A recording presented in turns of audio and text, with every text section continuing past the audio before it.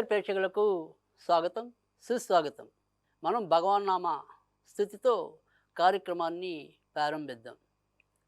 జ్ఞానానందమయం దేవం నిర్మల స్ఫటికాకృతిం ఆధారం సర్వ విజ్ఞానాం అయగ్రీవ ఉపాస్మహే అయగ్రీవ ఉపాస్మహే. ఈరోజు వరకు కూడా మనం ఈ అరుణాచలేశ్వరుడి యొక్క అమితోత్కృష్టమైన, అమిత పరాక్రమవంతమైన, అమిత తేజోవంతమైన మహిమలన్నీ కూడా ఒక్కొక్కటి తెలుసుకుంటూ వస్తున్నాం. నిజానికి అరుణాచలం కాదది ఎవరికైనా సరే మోక్ష ధామం. ఎటువంటి కామితాలకైనా సరే మోక్షం తీసుకురాగలిగే ఏకైక పుణ్య క్షేత్రం అదే అరుణాచలం. ఈ అరుణాచలంలో మరి ఎంతమంది ఇప్పటిదాకా తరించి వారి వారి యొక్క పాపాలని బాపుకున్నారో, వారి యొక్క కోరికలను తీర్చుకున్నారో, వారి వారి యొక్క పరాక్రమాలు ఏ స్థాయి అనేది తెలుసుకున్నారో అనుభవంలో, ఇవన్నీ కూడా మనం విని వస్తున్నాం. ఈరోజు విషయంలోకి వస్తే కనుక పార్వతి అంటే గౌతముడిని అడగటం అనేది జరుగుతుంది. అసలు ఈ అరుణగిరి అనేది ఈ తేజోమయమైన లింగం కాస్త అరుణాద్రిగా ఎలా అవతరించింది, ఇక్కడ ప్రవహించే పుణ్యనదులన్నీ కూడా ఏ రకంగా ఇక్కడికి రావటం తటస్థించింది ఇత్యాది విశేషాలన్నీ కూడా నాకు విశదీకరించమని చెప్పి భక్తిపూర్వకంగా అడగడం అనేది జరుగుతుంది. ఓ శ్రద్ధావతి, పర్వతరాజపుత్రి అయిన ఓ గౌరీదేవి, నీ ప్రశ్నలు నిజంగా చాలా అత్యుత్తమైనవి. ఇవి అందరూ కూడా తెలుసుకో అవసరం ఉన్నవి కనుక ఈ విధంగా నువ్వు అడిగిన దానికి సమాధానం ఇవ్వాలనుకుంటున్నాను. కృతయుగంలో ఏదైతే అరుణాచలం అనేది ఉందో అది అక్కడ అగ్నిమయమై అరుణలింగంగా అవతరించింది. ఇదే అరుణలింగం అనేది ఏదైతే ఉందో, అంటే ఈ అగ్నిలింగం అనేది ఏదైతే ఉంటుందో అది మరి త్రేతాయుగానికి వచ్చేప్పటికీ రత్నాచలమై ప్రకాశించింది. ఇక ఇప్పుడు ఏదైతే ద్వాపర యుగం ఉందో, అంటే ఆ ద్వాపర యుగంలో యామ పర్వతమై విరాజిల్లింది. ఈ కలియుగంలో ఏదైతే ఈ అంతకుముందు కృతయుగంలో ఉన్న ఈ తేజోమయ అరుణలింగమే మరకతాచలంగా, అంటే అరుణాచలం అనేది మనం విని ఉన్నాం, కానీ నిజానికి ఇది మరకతాచలమనిగా విరాజిల్లుతుంది. మరకతాచలం అంటే కనుక మరకత పచ్చ అంటాం మనం. అంటే ఒక రకమైన పచ్చని ప్రకృతితో పవిత్రంగా తొణికిసలాడే నిత్యం అంగరంగ వైభవంగా విరాజిల్లేది ఏదైతే ఉందో అది మరకతాచలమైన అరుణాచలమే ఇప్పుడు మనకి అవతరించి ఉంది అని చెప్పి గౌతముడు చెప్పటం. అంతేకాకుండా ఇది చాలా బహు యోజన పర్యంతం కూడా విస్తరిల్లిన ఈ అగ్నిమయ లింగం అనేది చాలా విశిష్టమైనది. ఎవరైతే భక్తితో ఇక్కడ ప్రదక్షిణాలు చేస్తారో వారందరికీ కూడా ఒక రకమైన ప్రశాంతత లభిస్తుంది. ఈ అరుణాచలంలో ఎవరైతే కూడా ప్రదక్షిణం చేస్తారో వారందరికీ కూడా చాలా చక్కటి ప్రశాంతత లభిస్తుంది. ప్రస్తుతం ఇదంతా కూడా ఈ రకంగా పరిణమిస్తుంది అంటే అప్పుడు మళ్ళీ గౌతమ మహర్షికి పార్వతీదేవి అవుతుంది. అసలు ఇదంతా కూడా మరి అగ్ని తేజోలింగమైనప్పుడు ఇది గుప్త పర్వతంగా ఎలా నిలిచింది, దాని విశేషాలన్నీ కూడా నాకు తెలియచేయండి అని చెప్పి గౌతముడిని గౌరీదేవి ప్రార్థించడం అనేది జరిగినప్పుడు అప్పుడు ఆయన మళ్ళీ చెప్పాడు, ఏదైనప్పటికీ కూడా ఇక్కడ దీక్షాపరులు ఎవరైతే ఉంటారో వాళ్ళందరూ కూడా నిత్యము వారి వారి యొక్క జపాలని ఆచరిస్తూ ఉంటారు. ఓ పార్వతీదేవి వినుము. అగ్నిమయ రూపమైన ఇక్కడ తేజోమయ గౌతీములు ఎవరైతే ఉంటారో వాళ్ళే సర్వము కూడా మంగళప్రదులుగా ఇక్కడ శ్రోణేశ్వరుడు అవతరించి ఉన్నాడు.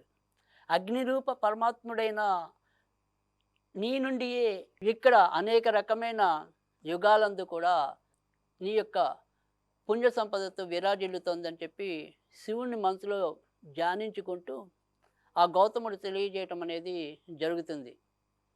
ఇక్కడ ఏదైతే నీ యొక్క ప్రాదుర్భావం ఉందో, అవతార వైశిష్ట్యం ఉందో, వాటన్నిటినీ కూడా మరి వివిధ నదీ నదాలందరూ కూడా నిన్ను గుర్తించి ఉన్నారు. వారు నిన్ను అనుసరిస్తూ ఇక్కడికి తరలి రావటం అనేది కూడా జరుగుతుంది.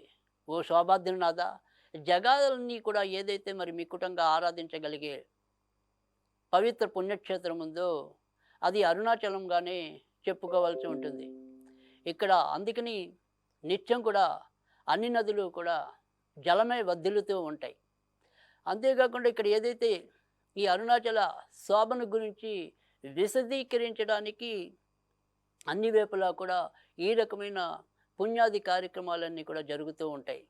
ఇక్కడ మరి వివిధ ఋషులు చేసే తపస్సానాలు కానీ, వివిధ నదీ నదాలన్నీ కూడా శివుణ్ణి స్తుతిస్తూ వచ్చే ఆగమనాలు కానీ, ఇవన్నీ కూడా అరుణాచలేశ్వరుణ్ణి శాశ్వత పర్వతేశ్వరుడిగా అరుణాద్రిగా ఇక్కడ పూజింపబడడానికి దోహదం చేశాయని చెప్పి ఆ గౌతమ మహాముని గౌరీదేవికి తెలియజేస్తాడు. ఇక్కడ ఎవరైనా సరే ఏ దిక్కునందైనా సరే స్నానం ఆచరించినట్టయితే, అంటే మనం ఇందాక చెప్పుకున్న అనేక దిక్కుల్లో అనేక రకాలుగా ఏదైతే మరి పడమర కుంభానది అనేది, ఇలా దక్షిణంలో మరొక రకంగా, తూర్పులో మరో రకంగా ఏవైతే నదులన్నీ ప్రవహిస్తున్నాయో ఆ నదుల్లో ఎక్కడైనా సరే ఈ చుట్టూ ప్రవహించే ఏ నదిలో అయినా సరే స్నానం చేసినట్టయితే కనుక వారికి అన్నిటికీ కూడా పుణ్యమే లభిస్తుందని చెప్పడం అనేది కూడా జరుగుతుంది. సరే, తర్వాత మళ్ళీ పార్వతీదేవి అడుగుతుంది. అనేక మంది ప్రార్థనల చేత ఇక్కడ మరి ఈ రకమైన పుణ్యావశేషాలన్నీ కూడా విని ఉన్నాను. కానీ అరుణాచల శోభను గురించి తెలియజేసేది ఏదైతే ఇంకా అనేక రకాలైన తీర్థాలు ఉంటాయో వాటన్నిటినీ కూడా నేను ఉత్సాహంగా వినాలని కోరుకుంటున్నాను. అంతేకాకుండా ఏ ఏ తీర్థాలు ఇంకా ఇక్కడ ఉత్పన్నమయ్యాయి అనేవి కానీ, తర్వాత అంతగతం ఏదైనా సరే ఈ తీర్థోద్భవ గాథలు ఏవైతే ఉంటాయో అందులో మరి ఇంద్రుని దిక్కైన తూర్పు దిశలో చాలా మహిమాన్వితమైన తీర్థం గురించి కూడా విని ఉన్నాను. ఆ వివరాలన్నీ కూడా నాకు తెలియచేయమని చెప్పి మళ్ళీ పార్వతీదేవి గౌతముడిని అడిగినప్పుడు ఆయన చెప్తాడు, ఇంద్రుని యొక్క దిక్కు ఏదైతే ఉందో తూర్పు దిక్కు, ఆ తూర్పు దిశలో మరి మహిమోన్నతమైన ఇంద్ర తీర్థము అనేది ఉంటుంది. దాని యందు ఎవరైతే స్నానం ఆడుతారో, దాని యందు ఎవరైతే పుణ్య కార్యక్రమాలు చేస్తారో వారందరికీ కూడా బ్రహ్మహత్య దోషం అనేది ఏదైతే ఉంటుందో అది నివృత్తి అవుతుంది అని చెప్తారు. అంతేకాకుండా దేవాలయంలో ఆగ్నేయ దిశ యందు బ్రహ్మతీర్థం అనేది ఉంటుంది. అంటే మనకు తూర్పులో ఇంద్రతీర్థం అనేది ఉంటే ఆగ్నేయంలో బ్రహ్మతీర్థం అనేది ఉంటుంది. ఈ బ్రహ్మతీర్థంలో ఎవరైతే మరి స్నానం ఆడుతారో వారికి ఎటువంటి పరస్త్రీ సంగమం వల్ల వచ్చే దోషాలు ఏవైతే ఉంటాయో ఆ దోషాలన్నీ కూడా భస్మీపట్నం అవుతాయని చెప్పి కూడా ఆయన తెలియజేస్తాడు. యముని దిక్కైన దక్షిణంలో ఎవరైతే యమతీర్థంలో స్నానమాడి దిక్పాలకుల్లో ఒకడైన యముడు ఆరాధిస్తారో వాళ్ళకి ఎలాంటి అస్త్రాలతో కూడా, ఎందుకంటే యముడు తన యొక్క బ్రహ్మాస్త్ర భయం అనేది ఏదైతే ఉంటుందో దాన్ని పోగొట్టుకున్నాడు. అలాగే ఎవరైనా సరే ఈ యొక్క దక్షిణ దిశలో యమతీర్థంలో గనక స్నానం చేసిన వారందరికీ కూడా వివిధ అస్త్రాలతో ఎటువంటి భయోత్పాతాలు ఉన్నప్పటికీ కూడా ఆ భయోత్పాతాలన్నీ కూడా తొలగుతాయని చెప్పి ఆయన పార్వతీదేవికి తెలియజేయటం అనేది జరుగుతుంది. అంతేకాకుండా ఏదైతే నైరుతి దిశలో ఉన్న నైరుతి తీర్థంలో గనక స్నానం చేస్తే ఆ మహాతీర్థ స్నాన ఫలితంగా ఋషులకి ఉన్న వివిధ భూత ప్రేత పిశాచ బాధలన్నింటినీ కూడా రూపుమాపుకున్నట్ట.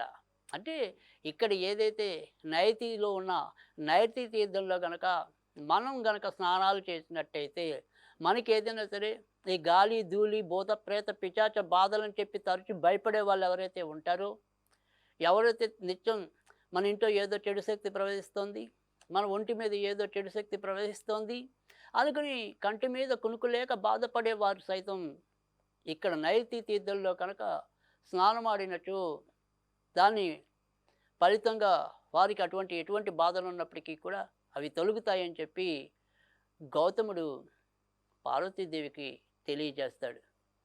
అంతేకాకుండా ఎవరైతే వాయు దేవుడు జగత్ప్రీతికరుడైన వాడు ఆయన ఉత్తరంలో ఉంటారు. ఆ ఉత్తర తీర్థంలో వాయు తీర్థాన్ని కనుక ఎవరైతే సేవిస్తారో వారికి ఎటువంటి అనారోగ్య బాధలు ఉన్నప్పటికీ కూడా, అపమృత్యు భయాలు ఉన్నప్పటికీ కూడా అవన్నీ కూడా తొలగిపోతాయని చెప్పి అరుణాచల మహత్యాన్ని మరింత విశదంగా గౌతముడు గౌరీదేవికి తెలియజేయటం అనేది కూడా జరుగుతుంది. అంతటా అన్నీ చెప్పిన తర్వాత ఉమాపతి ఏదైతే గౌతముడు చెప్తున్న ఒక్కొక్క కథని వింటూ శివుడు కూడా పరమానంద భరితుడయ్యట. అరుణాచలేశ్వరుని గురించి ఆయన అంత ముచ్చటగా మురిపంగా ప్రతి ఒక్కరికి ఆనందోత్సాహాలు కలిగేలాగా భక్తి ప్రపత్తులు పెరిగేలాగా గౌరీదేవికి బోధిస్తూ ఉంటే శివుడు సైతం ప్రీతి చెందట. ఆహా, ఎంత చక్కగా ఈ అరుణాచలేశ్వరం గురించి స్వామి మహర్షి వివరిస్తున్నారు, ఇవందరికీ కూడా సర్వులకి శుభప్రదం కదా అని చెప్పి ఆయన కూడా ఆనందించసాగట. ఓ తండ్రి గౌతమ, ఏదైతే నువ్వు వినిపించిన ఈ తీర్థోత్పత్తి కథనాలన్నీ నేను చాలా ఆనందభరితురాలై విని ఉన్నాను. నువ్వు విన్నవించిన ఈ విశేషాలన్నీ కూడా నీ సాయంతో ఈ మహాతేజ లింగ సాన్నిధ్యంలో శివోపదిష్టమైన తపస్సుకి నేను పూనుకోవాలనుకుంటున్నాను. అబ్బా, నువ్వు చెప్పిన ఒక్కొక్క విశిష్టత చూస్తుంటే ఈ క్షణాన్ని వెళ్ళి నాకు తపస్సుకు ఉపక్రమించాలనిపిస్తుంది. అటువంటి మహిమాన్వితమైన కథలన్నీ కూడా, మహాప్రభావమైన లీలలన్నీ కూడా నీ ద్వారా నేను విని ఉన్నాను కనుక ఇక నేను ఈ క్షణమే వెళ్ళి ఏదైతే ఈ అగ్నిగిరి అనేది ఏదైతే ఉందో, అరుణగిరి అనేది ఏదైతే ఉందో, అరుణాచలం అనేది ఏదైతే ఉందో అక్కడ నేను వెళ్ళి ఈ క్షణాన్న సర్వమానవులకు శ్రేయస్కరమైన అర్చనీయమైన స్థలంలో నేను నా తపస్సును కొనసాగిస్తాను అని చెప్పి గౌరీదేవి గౌతములకి తెలియచేస్తుంది. అంతటా గౌతముడు అంటాడు దేవితో, నేను కూడా అంటే ఇప్పటిదాకా నీకు వాళ్ళు వారు వీరు చెప్పిన కథలను మాత్రమే నీకు విశదీకరించాను, కానీ ఇప్పుడు నా పరంగా కూడా నీకు మరొక కథను తెలియజేయాలనుకుంటున్నాను. ఈ అరుణాచలేశ్వరి యొక్క ప్రాయశ్చిత్తానికి సంబంధించిన ఒక నా పరంగా ఉండే విశేషాన్ని నీకు తెలపాలనుకుంటున్నానని చెప్పి పార్వతీదేవికి ఈ యొక్క ఏదైతే గౌతముడు ఉంటాడో ఆ గౌతముడు తెలియజేయటం అనేది జరుగుతుంది. ఒకానొక సందర్భంలో కైలాసంలో ఉన్న పరమశివుడు నన్ను పిలిచి తీర్థయాత్ర చేయమని ఆజ్ఞాపించడం జరుగుతుంది. శివుని ఆజ్ఞ మేరకు నేను అనేక రకాలైన ఆశ్రమాలని, కాశీ క్షేత్రాలని, ఇంకా అనేక రకాలైన లింగాలని, అందులో కొన్ని స్వయంభూగా వెళ్తున్న లింగాలు ఉన్నాయి, కొంతమంది ప్రతిష్ఠించిన ఉత్తమ లింగాలు ఉన్నాయి. ఈ లింగాలన్నిటినీ కూడా దర్శించుకుంటూ నేను నా యొక్క తీర్థయాత్రలో ముందుకు వెళ్తూ రావటం అనేది జరిగింది. ఆ రకంగా అనేక రకాలైన అనేక చోట్ల అనేక రకాలైన విశిష్ట దేవాలయాలన్నింటినీ కూడా నేను సందర్శించుకుంటూ ఒకానొక సందర్భంలో ఏదైతే భూమండలం అనేది ఉందో ఆ భూమండలం అంతా కూడా పర్యటించి అనేక రకాలైన లింగాల్ని దర్శించుకుని అనేక రకాలైన క్షేత్రాలని చూసి నేను రావటం అనేది జరిగింది. తర్వాత నాతో వచ్చిన శిష్యులు సైతం కూడా ఆ శివుడి యొక్క స్మరణ చేసుకుంటూ శివుడిని ఆనందకరంగా మహా కారుణ్యమూర్తిగా దర్శించుకుంటూ దర్శించుకుంటూ రావటం అనేది కూడా జరిగింది. ఇక ఏదైతే ఆదిమలింగమైన లింగం ఉందో, ఇందులో ఏవైతే సిద్ధులన్నీ ఉన్నాయో అలాంటిది అరుణాద్రి. ఆ అరుణాద్రిని అందరూ కూడా అక్కడ సేవించుకోవటం అనేది నేను చేస్తున్న యాత్రలో భాగంగా అరుణాద్రికి చేరుకుని అక్కడ అందరూ చేస్తున్న పూజల్ని నేను కూడా చూడటం అనేది సంభవించింది. కనుక ఏదైనా కూడా వేదాలైతేనేమి, తర్వాత మరి ఏదైతే ఆదిమ లింగాలైతేనేమి, తర్వాత అరుణాద్రిని అందరూ కూడా ఎవరైతే ఏ రకంగా అయితే స్తుతిస్తున్నారో ఆ రకంగా నేను కూడా స్తుతించ పూనుకోవటం అనేది జరిగింది. ఓ దేవా, అరుణాద్రినాథ, నువ్వు ప్రథమంగా బ్రహ్మ దివ్యచక్షువులు దర్శించబడితివి. నిన్ను వేదములు అసోయస్సామో అరుణభుత బభుస్మంగళ అని ఏదైతే కీర్తించబడ్డాయో ఆ రకంగా నువ్వు అందరి చేత కూడా అరుణాచలేశ్వరుడిగా కూడా కీర్తించబడుతున్నావు. ఏదైతే నీ యొక్క కరుణాద్రయ దృష్టి అనేది ఏదైతే ఉంటుందో, నీ భక్త వాత్సల్యపూర్ణమైన సౌకుమార్యం అనేది ఏదైతే ఉంటుందో అవన్నీ కూడా నేను వింటూ ముందుకు అడుగులేస్తున్నాను. వేదాలన్నీ కూడా నిన్ను ఈ రకంగానే కీర్తిస్తూ వస్తున్నాయి. ఓ దేవేశ, నీ యొక్క దర్శనం అందరికీ కూడా సర్వఫలప్రదం. నిన్ను దర్శించిన వారికి ఇతరుల తపాలతో కానీ, ఇతరుల యొక్క పూజలతో కానీ, వేటితో కానీ సంబంధం లేకుండా వారి వారి యొక్క కామితాలన్నీ కూడా కేవలం నీ దర్శన భాగ్యంతోనే అవన్నీ కూడా వాళ్ళకి లభ్యమవుతాయి. కనుక నిన్ను సేవించే వారు ఎవరికైనా కూడా ఇక్కడ పుణ్యమే తప్ప ఎటువంటి పాప కలంకాలు కూడా అద్దవు. దేవతలందరూ కూడా నీ నివాసంలో నివసించడానికి సదా ఆసక్తులై ఉంటారు. సూర్య చంద్రాగ్ని సమితమైన ఈ త్రికోణమంతా కూడా నిన్ను పూజిస్తూ తరిస్తూ ఉంటాయి. శూన్యలింగము అంటారు. ఏదైతే సమస్త భోగాల్ని కూర్చే లింగం అనేది ఏదైతే ఉంటుందో అది శూన్యలింగంగా భావించడం అనేది జరుగుతుంది. పూర్వం ఒకానొక సమయంలో కైలాసమందు తపమాచరించుచున్న పరమశివుడు ఇట్లా నాకు ఉపదేశించడం అనేది జరిగింది. సప్తర్షులు ఎవరైనా సరే, సప్తమహర్షులందరూ కూడా దేవతలు దేవలోకంలో నన్ను నిత్యం అర్చించుచున్నారు. ఆ అర్చనని ఎప్పుడు కూడా సదాప్రకారంగా అంటే నిత్యం కూడా జరిగేలాగా నువ్వే పూనుకోవాలి. అంతేకాకుండా ఈ అరుణాచలం అంతా కూడా నీకు ముందుగానే తెలుసు. నీ చేత ముందుగా తెలపబడింది కూడా. కనుక ఏదైనప్పటికీ కూడా ఇంక నుంచి నువ్వు అందరిలోకి కూడా అంటే నా భక్తులు ఎవరైతే ఉంటారో ఆ భక్తులందరిలో కూడా నువ్వు అధికుడిగా కీర్తించబడతావు. ఇక ఏదైతే ఇక్కడ పూజా సంవిధానాలు అయితే ఉంటాయో అవన్నీ కూడా సర్వశ్రేయస్సుని నన్ను పూజించిన మహాత్ముల్లో కూడా నువ్వే అధికుడివి. కనుక ఈ పవిత్ర వాక్కులన్నీ కూడా నువ్వు విని తర్వాత నువ్వు చేయాల్సిన కర్తవ్యాలు ఏవైతే ఉంటాయో ఆ కర్తవ్యాలన్నీ కూడా నువ్వు చేయవలసిన అవసరం ఉందని చెప్పి సాక్షాత్ పరమశివుడే ఆ గౌతముడికి అనుజ్ఞించడం అనేది జరుగుతుంది.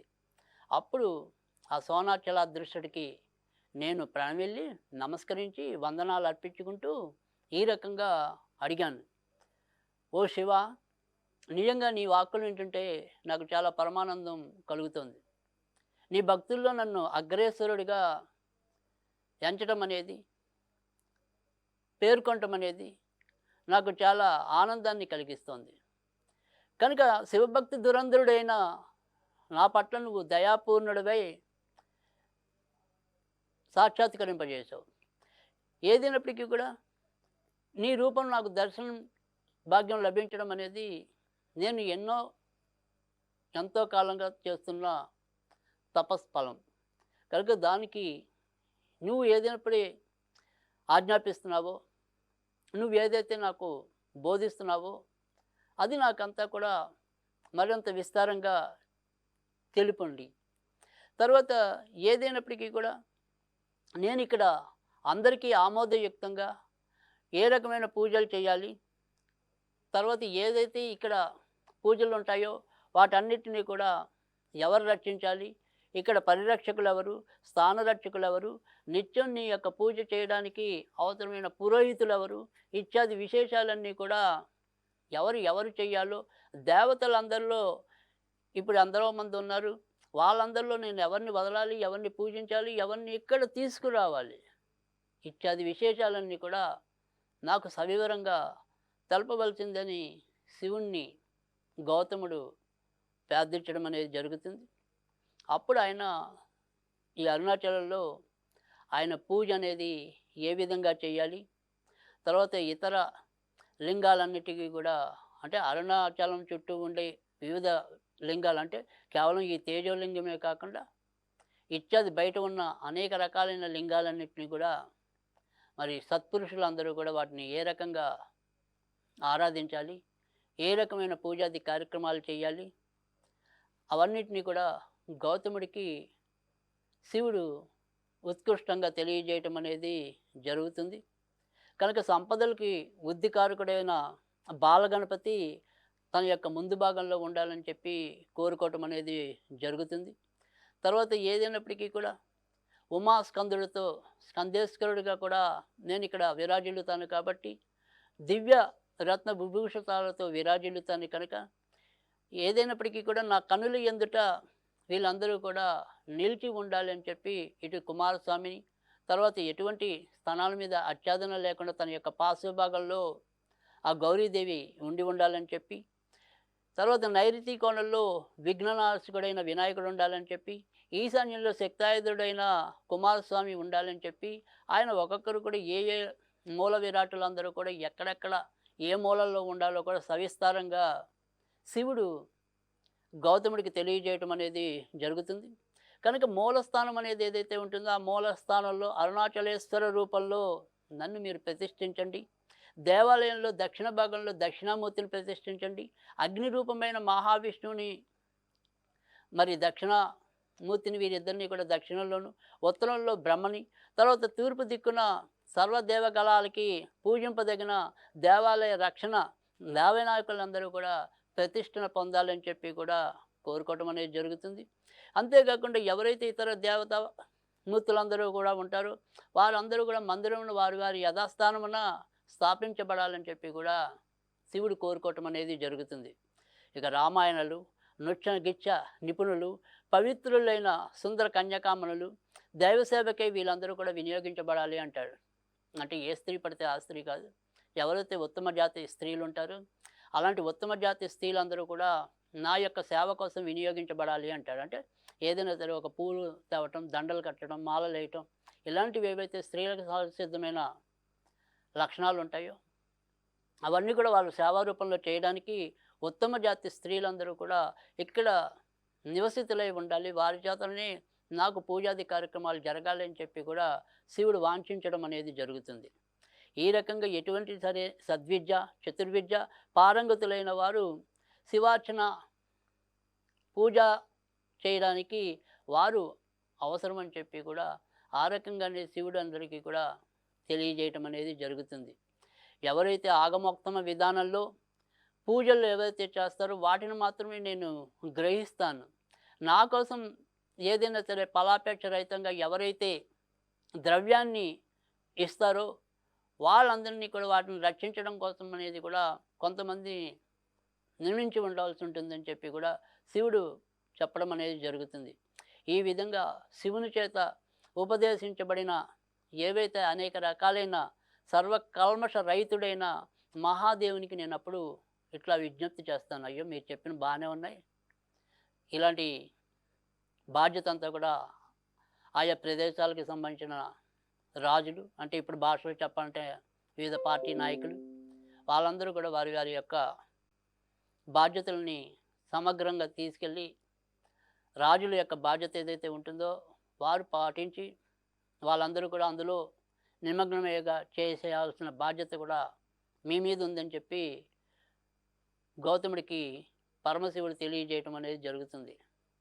అప్పుడు ఓ మహాదేవ, అరుణాచలేశ్వర, పూజకు ఉపయోగించవలసిన నీ వివిధ నామాలని నాకు దయతో తెలియజేయి. తర్వాత ఏదైతే ఇక్కడ పూజకు ఉపయుక్తమైన పువ్వులు ఉంటాయో, పుష్పాలు ఉంటాయో, ఆకులు ఉంటాయో, పత్రాలు ఉంటాయో, వాటన్నిటిని కూడా నాకు ప్రబోధించమని చెప్పి కూడా ఆయన కోరుకోవటం అనేది జరుగుతుంది. ఆ తర్వాత మరి ఆ పరమశివుడు ఏ రకంగా తమ తమ వారికి తెలియజేశారు ఆ నామాలు అంటే గనక, ఆ నామాలు ఏంటి అనేది గనక చూసుకున్నట్టయితే, ఓ శ్రోణాధీశుడా, అరుణాధీశుడా, దేవాధీశుడా, జనప్రియుడా, ప్రసన్న రక్షకుడా, ఓ ధీరుడా, శివ, సేవక, అపేక్షామృత, ఈశాన, శ్రీపుంభావ, భక్త విక్ష సంధాత, ఓం దీనబంధ, శ్రీహంత, మృడ, శ్రీహలాలాతుందర, అహాదేశజదాత, సామప్రియ, కరిదంసి, వేదమూర్తి, నిరంజన, త్రినేత్ర, త్రిపురాంతక, ఆ రకంగా అనేక రకాలైన నామాల్ని శివుడు స్వయంగా ఆ యొక్క గౌతముడికి తెలిపి, ఈ నామాలు నిత్యం కూడా నా ఆరాధన కోసం వినియోగించండి, ఈ యొక్క నామాలతో నన్ను అర్చించండి అని చెప్పి, ఏదైనా సరే ముక్తిదాతగా, భక్తవాంఛిత దాతగా, గిరీశుడిగా, మృడుడిగా ఈ నామాల్ని మీరందరూ కూడా నిత్యం వీటితో పూజించండి అని చెప్పి సాక్షాత్ పరమశివుడు తెలియజేయటం అనేది ఉంటుంది. ఈ రకంగా మరి శివ పూజ ఏ రకంగా చేయాలి అనేది స్వయంగా గౌతముడికి శివుడు తెలియజేయటం అనేది జరిగింది. తర్వాత మరి ఆ పూజాది కార్యక్రమాలన్నీ కూడా ఇంకా విశిష్టంగా శివుడు ఏమైనా తెలియజేశాడా, గౌతముడు తన యొక్క క్రియల్ని, కర్తవ్యాల్ని ఏ రకంగా పూర్తి చేసుకున్నాడు, ఇంకా ఎటువంటి పరిణామాలు చోటు చేసుకున్నాయి, ఇత్యాది విశేషాలన్నీ కూడా మనం మరొక భాగంలో తెలుసుకుందాం. అంతవరకు సెలవు.